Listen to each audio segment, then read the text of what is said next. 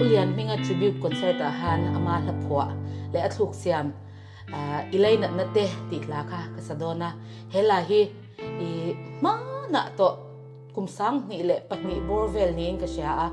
he khat chang khanin lute album a khan om thina ulian minga phwa ni ti kan siat khanin kan zuk deal ve topa track ta khamin lo pe a khat chang khanin solo la tur dang kha kan la nei lawa kha ngon lai chang khami ngar nga kha ka satina tun chuma attribute da kasatur hi van nei ke engti ba angai om ka ti em a ulian minga ne na kanin karbi ka han hei kan play role chau kan zai chan tir vel khanin ulian minga te kha chu soundtrack siam thiam ti khan kan sia a ke ni kha chuan kan u en de a vanel em na po kha ka nei lo khatiang khan in mel shat chana chatna em kha kan nei lawa ma sengin khamila kan vadil khanin kalom em chu ulian minga chuan hei mizo music industry khami chunga khanin min titlang nel thiam ka tia he ni ve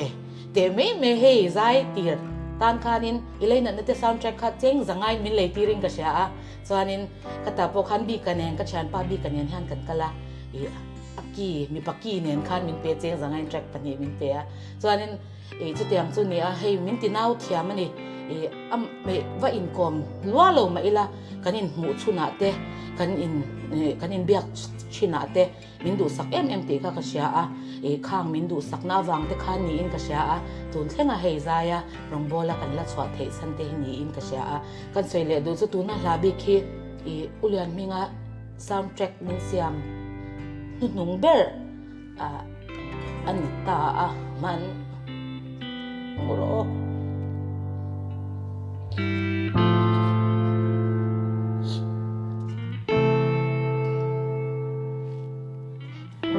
landing pui project siam tharle na khanin holam pangkhan zawa dr zawa motora han kan chuanga ama ulian minga thua chuan kan ti hawa ita khan adam lo deu chan to a ulian mingi la khan nal ka ti sia sakan ti le don mi ka tia chuan video khan salero kan video te po siam ro ka min tia masengin keima po khanin ka wange event le to chuang lawa anu de ya kum thum nu vela ning ka sha ka siam zawe ron tia chuanin khan ni ron pe a chuan anu tun hi ka sak chho ale na tur voi khan ni tur ya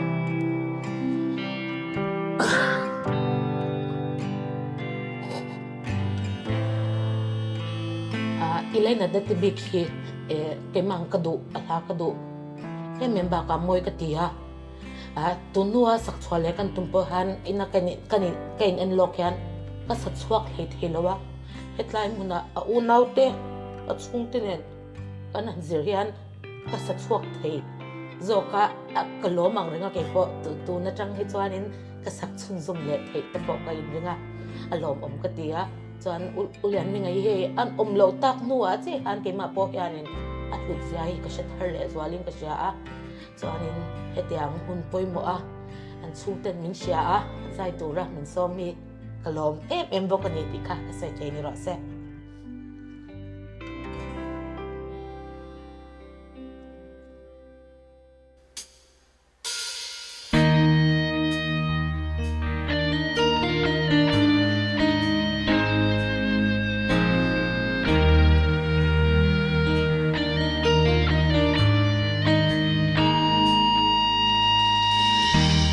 Bye.